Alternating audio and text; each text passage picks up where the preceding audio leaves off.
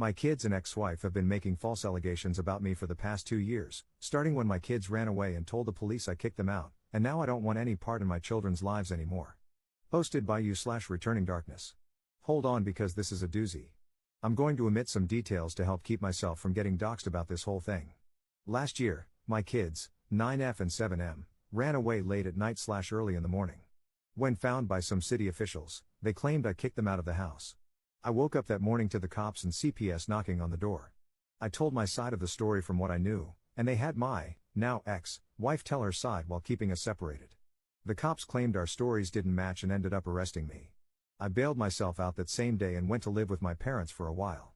I was dealing with court, scared that I was going back to jail or prison and that I'd lose the job I had only been at for a year.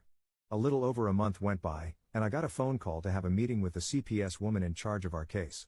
My daughter ended up making more allegations against me that did not make any sense to the CPS people, and when they asked her questions, she was unable to give them answers.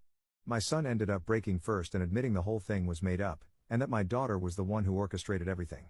This reveal led to the charges being dropped and my daughter getting counseling and psychiatric help. For a while, I thought things were good. We were on our way to fixing things. I kept trying to get all of us into therapy, both individually and as a family. I was already in therapy due to this whole situation anyway. My ex kept dragging her feet, and it never went anywhere. After some other situations with being displaced due to a natural disaster and me trying to get things packed up in our old apartment, I was told by my ex that she wanted a divorce. So now I was having to rush to find a place to live, which I did luckily. I actually move in tomorrow. On June 14th, I was served an emergency protection order by the county sheriff's office. I was told it was because I allegedly hit my son and gave him a concussion while in the grocery store, where there are cameras. He had been taken to the emergency room by my ex on the 14th, but this event allegedly happened on the 10th. I had told my ex that, due to me having to get this house to rent, along with utilities in my name, adding up to over $2,000, I wasn't going to be able to pay certain bills this month, but that I'd get them caught up as soon as I could to get everything paid off and even. I signed for the deposit on the 11th, and the kids had been with her while I did this paperwork, and there was no issue. That same morning, I had taken my kids to the park so they could play and recorded videos of them being silly and having fun. I was talking to my therapist this week, and I told her what was going on and how I felt about being around my ex or the children. It's 2 years in a row of false allegations. I want nothing to do with any of them now. I'll pay child support gladly. I had an agreement with my ex before this all happened to pay $1,000 a month, $500 per paycheck, for child support. After all of this, am I the jerk for not wanting to be around the children and my ex after everything gets settled and is found out to be lies again? Top/relevant comments. Additional info from Op. I posted this before I clocked in at work, so let me give some more details. My ex-wife and I were still together when the kids ran away last year. My side of the story during that was that I came home from work, talked with the kids and my wife, gave the kids their melatonin gummies before sending them to bed, after which I took a shower before making myself something for dinner and cleaning up afterward. By this point, my ex was already asleep, and so were the kids. When CPS and the mental health professionals were talking to my daughter after everything got cleared, she was saying the voices she was hearing were telling her to do things. The mental health professionals said this sounded too rehearsed to them. It was later revealed that she had been watching videos on YouTube about kids pranking their parents, and she wanted to try it out herself. She had access to YouTube due to tablets my mother-in-law had given the kids for Christmas back in 2023, which I disagreed with, but I was ignored. At the time, and to this day, I do not believe my ex had a hand in the running away situation. On to this year, my son went to the ER on the 14th because he had, and I quote from the paperwork I was given, dizziness, lightheaded feeling, and a nosebleed. I am not sure how he received a concussion. Nothing is finished with this situation yet, and nothing has been decided in terms of child support. We go back to court next month to revisit this after the investigation has finished.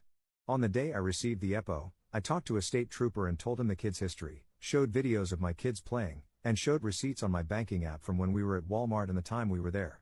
As of right now, I haven't heard anything else. I have already been interviewed by CPS and informed them of the same things I told the state trooper, because it is a different person on this case as my ex and kids live in a different county at the moment. This time, I firmly believe that my ex is behind this due to my telling her that some of the bills would have to wait because I'm having to pay approximately $2,500 to move, put down deposits, and pay first and last month's rent. I haven't seen my kids since I dropped them off to my grandparents on the afternoon of the 11th. I have not made a decision about staying away from my kids, but I do plan on talking to a lawyer in the next couple of days. I'm also looking into security for my house and a discreet body camera to wear, like many other users have suggested. I'll try to answer any other questions that I can, But I move tomorrow and I have some last minute things to pack up and place in my car and move downstairs. Thank you for all of your insights, words, thoughts, and prayers. It means a whole lot to me that I can't even put into words. Are Ops children his biological? Well, considering they look like I just clicked copy and paste. Did something happen at the grocery store that caused the son to have a concussion? Nothing happened at the grocery store, that's the thing. We went in, picked up some sweet tea and ramen, then left. Update 1 month later.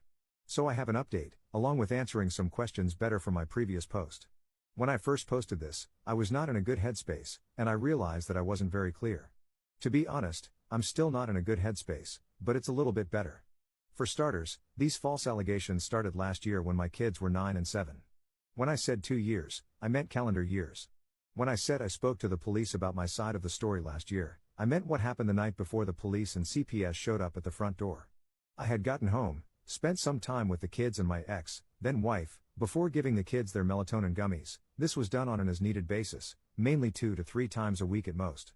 After that, I took a shower, made myself some dinner, ate, and cleaned up the kitchen before spending more time with my then wife before we both went to bed. Due to a contraction happening when she was being given the epidural, she sleeps better propped up, so she slept on the couch while the kids and I slept upstairs. The next morning is when I woke up to the cops at the door with CPS. I was charged with child abandonment and arrested. It took over a month for the truth to come out about my kids making this up, due to the fact that my daughter was saying I was having sex with her. The CPS agent conducting the investigation tried to ask more details, and that's when my daughter started crying and admitted she made it up because she couldn't give details. The only reason my daughter even knew what sex was is because my ex and I were in the bedroom and we both thought the other locked the door, and my daughter walked in on us. Moving to now, I don't know how my son got this supposed concussion. We had court again on Monday, the 21st, and when the judge asked her, she told him, after talking with the state trooper, "We have decided to not press criminal charges." I asked the judge if there was any evidence that they had about what they're claiming I did, and he told me that since no charges were filed, there's no evidence gathered to give to me. I want to thank everyone for their answers on my last post. Thinking about those feelings was making me sick to my stomach, and I just needed some perspectives from people who weren't emotionally involved.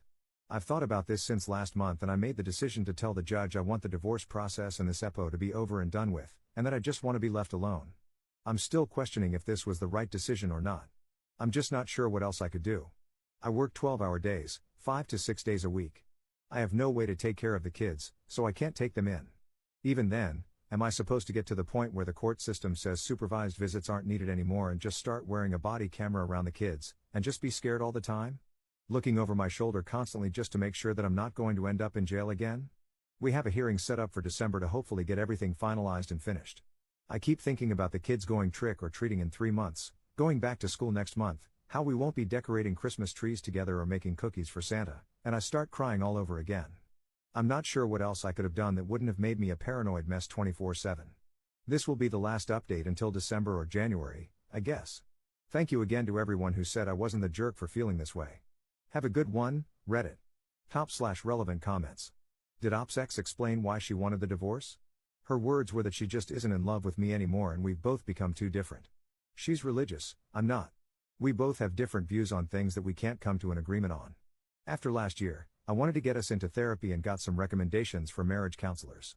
I gave her the list and said that I'd be fine with whoever she chose, so long as we worked on it. She never chose anyone and kept making excuses every time I asked. Commenter. Your daughter lied about you saying her, among many other allegations, and she says that she was motivated to behave the way that she did after she apparently watched a YouTube prank video? There is more to this story than your daughter is letting on. Either your ex-wife has coached your daughter well, or your daughter is incredibly manipulative at a very young age. Ops response. Everything I know I included. I'm dead certain there's stuff I don't know about, like you said. Commenter 2. If you don't mind the question, in your previous post, you mentioned how you were arrested because the cops claimed you and your wife's stories didn't match. Did you find out why they weren't the same, and why your wife wasn't arrested as well? Sorry you're going through this, Op. Op's response. No, I didn't. I have the police report, but all it says is, when asked if she believes he's capable of this, she answered, I don't know, I don't think so, I don't want to think about it. Did the daughter's tablet from Mill have parental controls? She apparently somehow found a way to get past it, from what I know about it. Like I mentioned in a different comment, I've told everything I know about the situation from my end. Op needs to get his kids in therapy, especially his daughter, and himself. I agree about both, and luckily I'm in therapy already. I've been in therapy since August/September of last year. Second update 8 days later.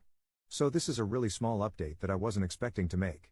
I had left a voicemail for the CPS agent assigned to the current situation with my son, asking for an update on everything because I haven't heard anything since June. She had to look in her case notes, but everything has been found to be unsubstantiated. I should be getting the official paperwork in a few days to a week in the mail. I'm not sure how to feel about this, honestly. I'm relieved that the truth has come out about these allegations, angry that this has happened to me twice now, and happy that this is one step closer to being finished. I want to cry, but I couldn't tell you the specific emotion that's causing it.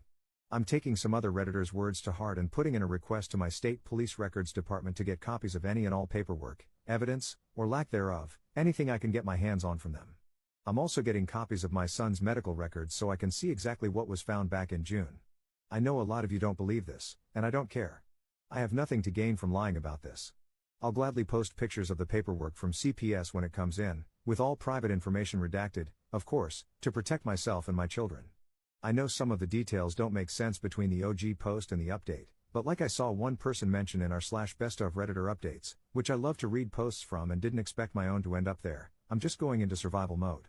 I only just got a full-sized fridge 2 days ago. I only have an air mattress for a bed. I'm just tired. I want this over with. I want things to go back to January, when all I had to worry about was the fact I was recovering from a car wreck and couldn't even help take down the Christmas trees and get a new car.